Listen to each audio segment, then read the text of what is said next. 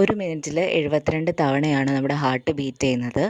അതായത് 72 തവണ നമ്മുടെ ഹാർട്ടിലൂടെ ഒരു മിനിറ്റിൽ രക്തം പോയിക്കൊണ്ടിരിക്കുന്നുണ്ട്. ഒരു മിനിറ്റ് എന്ന് പറയുന്നത് 60 സെക്കൻഡാണ്.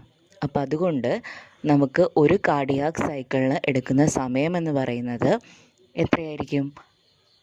60 divided by 72. So it is 0.83. അതായത് 0.8 സെക്കൻഡ് കൊണ്ടാണ് ഒരു കാർഡിയാക് സൈക്കിൾ കംപ്ലീറ്റ് ചെയ്യുന്നത്. ഇനി ഒരു തവണ ബ്ലഡ് നമ്മുടെ ഹാർട്ടിലൂടെ കടന്നു പോവുകയാണെങ്കിൽ അതാണ് ഒരു കാർഡിയാക് സൈക്കിൾ.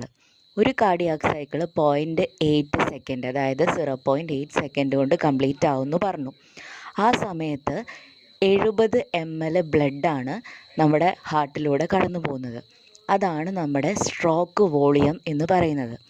എന്നാൽ അതൊരു മിനിറ്റിൻ്റെ കാര്യമാണ്, അത് ഒരു കാർഡിയാക് സൈക്കിളിൻ്റെ കാര്യമാണ്.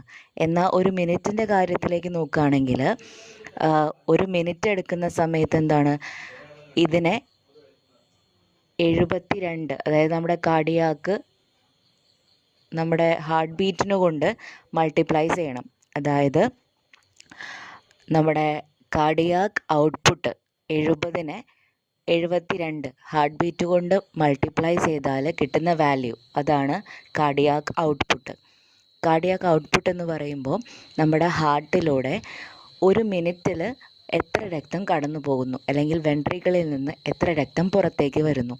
ഇത് ഏകദേശം 5000 ml ആണ്, അതായത് 5 ലിറ്ററാണ് ഇതുണ്ടായിരിക്കുക.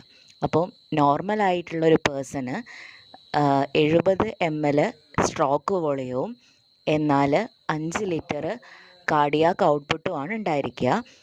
എന്നാൽ അത്ലറ്റ്സിൻ്റെ കേസിലാണെങ്കിൽ അത് കുറച്ച് കൂടുതലായിരിക്കും. കാർഡിയാക് ഔട്ട്പുട്ട് അവർ വർക്കൗട്ടൊക്കെ ചെയ്യുന്നത് കൊണ്ട് കാർഡിയാക് ഔട്ട്പുട്ട് കുറച്ച് കൂടുതലായിരിക്കും.